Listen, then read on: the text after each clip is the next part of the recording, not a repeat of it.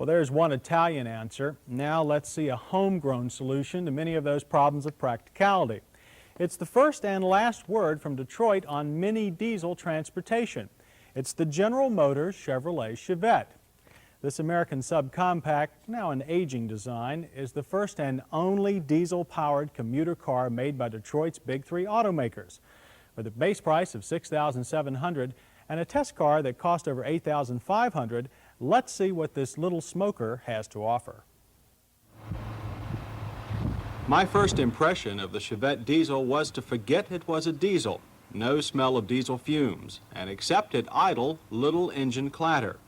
Chevrolet has done a fine job in soundproofing. At 55 miles per hour, the noise level is only 71 decibels. The Chevette is quieter than most gasoline-powered small cars. Since you go diesel to save fuel, it's no surprise the EPA rates this subcompact at 40 miles per gallon city and 55 highway. At 2,440 pounds, it's no lightweight, but we still maintained a combined test mileage of 46 miles per gallon. The Chevette diesel does what a diesel should do. What diesels are not expected to do is accelerate, and the Chevette certainly doesn't break the mold. However, the 9.1 second time to pass from 40 to 55 miles per hour was better than most cars in its class.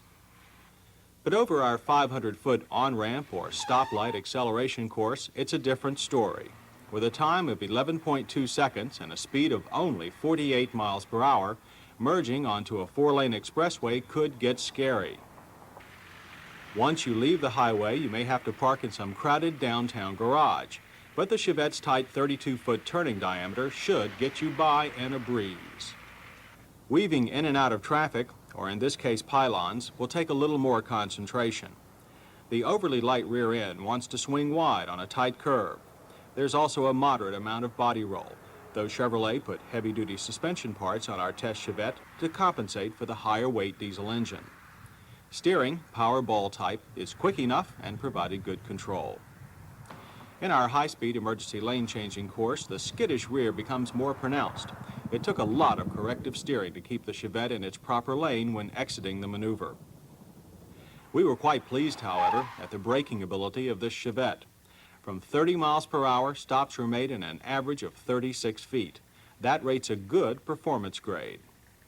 Short halts were also recorded from 55. An average distance of 128 feet receives top points. There was no pull and little fade. Towards the end of the trail, though, pedal pressure was getting quite high and the back end wanted to wander left. The Chevette diesel is available in 2-door and 4-door hatchbacks. We chose the latter since it gives us an idea of the maximum usage of a minimum car.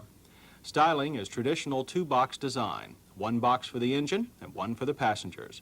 About all that can be said for its looks is that they appear efficient. Since the Chevette is front-engine rear drive, you'd expect engine accessibility to be good, and it is. However, you might notice something familiar about this diesel. Although the Chevette is made in America, its engine and 5-speed overdrive transmission are not. In fact, they're made in Japan by Isuzu, the same drivetrain found in the Isuzu iMark we tested earlier. As far as human comfort goes, the Chevette is only adequate for anyone over 6 feet. All doors are small. When they're closed, there's not enough elbow room for the driver. The shift lever, however, was well placed with short throws. The interior is almost the same as the first Chevette ever to roll off the line. A minimum of gauges for the driver. You must rely on warning lights for any sign of trouble. Rear seat legroom is also at a premium, though access is better than in the 2-door model. As you'd expect, luggage capacity, especially with the rear seat down, is comparable to a mini station wagon.